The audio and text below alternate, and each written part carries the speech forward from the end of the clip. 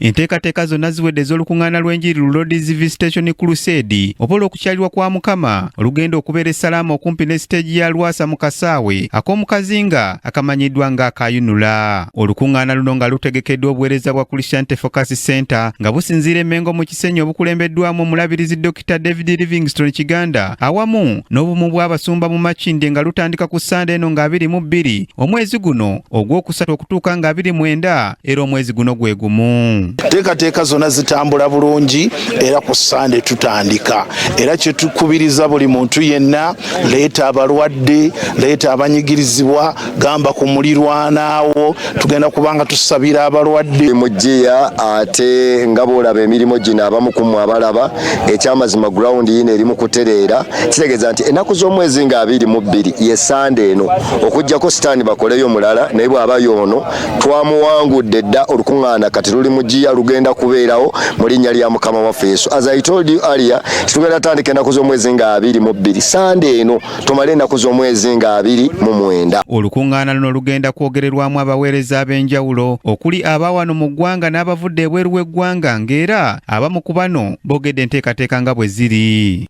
Buli kintu kyonna kirirwedde, saawundi erirwedde, ababuulizi beeteeseteese, kwaya zikoze practice, simanyi bw'osubwa oba omwaganya guno ogenda kugujjawa nga tu mu mwaka guno 2026. Olunaku olw'omukaaga abasumba mwenna abandaba, olunaku olw'omukaaga lwaffe ng'abasumba kati omusumba yonna gy'oli oli Masajja ndikutta madda gwonyegere oli luddawa Namasuba yonna gy'oli Bunamwaya njagala kuyita era njala kwanya. Omutume Godfrey Ssempeebwa ategeezezza nti ababuulizi b'enjiri bangi abategese okubeerawo n'okukakasa ng'ekiruubirwa kya Katonda eky'okukyala mu kitundu ekyo kivaayo bulungi. Tulina ababuulizi bangi ab'enjawulo nga Bishop David Kiganda bangi, tulina n'abagenyi abagenda okuva mu Amerika, nange kennyini omutume Godfrey Ssempeebwa ndi omu ku babuulizi abagenda okubuulira. Ye ennaku z'omwezi 22 Ssande ffe twatandise dda mu linnya lya Mukama.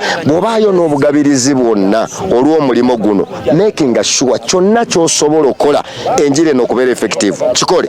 Katonda agenda kuwa omukisa mu linnya lya Mukama waffe Yesu. Abasumba era boogedde ku bintu eby'enjawulo ebigenda okugabwa mu lukuŋŋaana luno ng'era bakubiriza abantu obutabulawo. Tugenda kugaba ebintu mu lukuŋŋaana luno, tugenda kugaba engoye mu linnya lya Mukama waffe Yesu, ate tugenda kubeera ne kye bayita medical camp.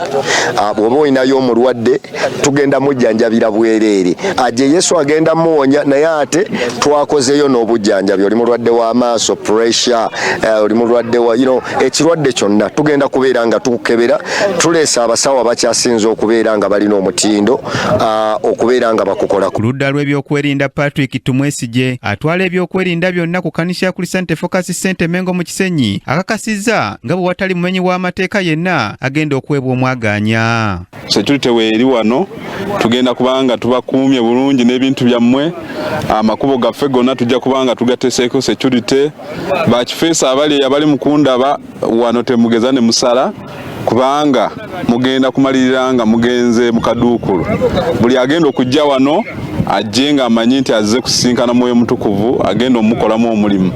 Abajja nga bagala kukola emirimu mu nsawo z'abantu tuli wano buli ndaala ffe twatuuse dda. Olukuŋŋaana luno lwakubeerangamu n'okusomesebwa okw'abantu mu budde obw'okumakya buli lunaku. Ku Crusade wennyini tulina Crusade ate tulina ne conference etandika ku makya essaawa 3 neggwa ssaawa 9 awo ne tutandika Crusade.